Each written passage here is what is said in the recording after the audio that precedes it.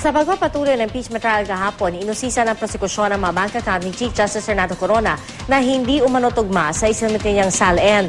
Napag-usapan din kung dapat bang ipakontempt ang presidente ng PS Bank dahil sa hindi niya pagdadala ng ipinasapinang dollar accounts ng punong mahistrado. Narito ang aking report. Idinatali ni Pascual Garcia III, presidente ng PS Bank, ang nilalaman ng 5 peso account na nakapangalan sa punong mahistrado. Mula December 31, 2007, nasa mahigit 5 million pesos ang laman ng isang account. Kung ikukumpara sa SALN ni Corona para sa taong iyon, nagdeklara lamang siya ng 2.5 million pesos na cash. Noong 2009, nasa 8.5 million pesos ang halaga ng balanse ng isang account. Sa kanyang SALN, nagdeklara lamang siya ng 2.5 million pesos ulit na cash. Taong 2010, dalawang bank accounts ang may ending balance na nagkakahalaga ng 19.6 million pesos. Pero sa kanyang SALN ng 2010, meron lamang daw siyang cash na 3.5 million. 5 bank accounts pa umano ni Corona ang pinasabina, pawang mga dollar deposits. Kaya hinanap ito ng prosekusyon. Pero hindi dinala ni Garcia ang mga dokumento patungkol sa mga dollar accounts. May pending motion daw kasi sila sa Korte Suprema at natatakot siyang masampahan ng kasong kriminal.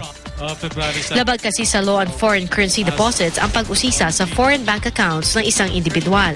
The advice of our counsel is by so doing, we will open ourselves to possible violation of this law, which includes criminal liability.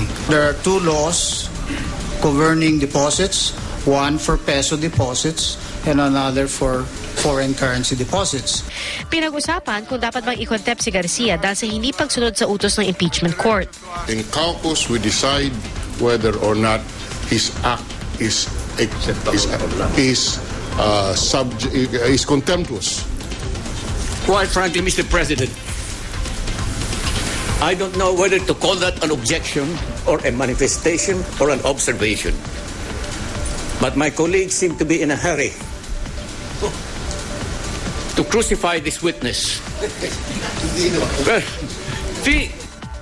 Sa huli, hiniling ng ilang senador na ipaliwanag ni Garcia sa pamamagitan ng isang written document ang dahilan ng kanyang hindi pagsunod sa subpoena. Tinuloy din ang pagtalakay sa Article 3 o hindi umano'y pabago-bagong desisyon ng Korte Suprema. Sentro ng usapin ang kasong napanalo na umano ng FASAP o Flight Attendants and Stewards Association of the Philippines nang muling binuksan ng Korte Suprema ang kaso sa kabila ng pagiging final and executory nito. Tanong naman ng depensa, bakit si Corona lang ang kanilang binabatikos gayong buong Korte Suprema ang nagdesisyon nito? Opo. Basta galit lang kayo kay Chief Justice Corona? Hindi naman dahil galit lang. Doon siya lang yung kakaibang sitwasyon. Dahil nag-inhibit siya lang yung justice na nag-inhibit sa mga previous decision ng FASAP. Nag-participate siya sa recall at nag-inhibit ho muli. Again, naghahabulo ba kayo ng damage dito sa kaso nito? Kaya nyo sinabing nagdamdam kayo, nag-emotionally involved kayo, ganito and so on? Wages po ng mga kasamahan namin. Hindi, kayo po. Hindi ko tinatanong yung kasamahan ninyo. Hindi nyo kayang sagutin yun. Hindi po.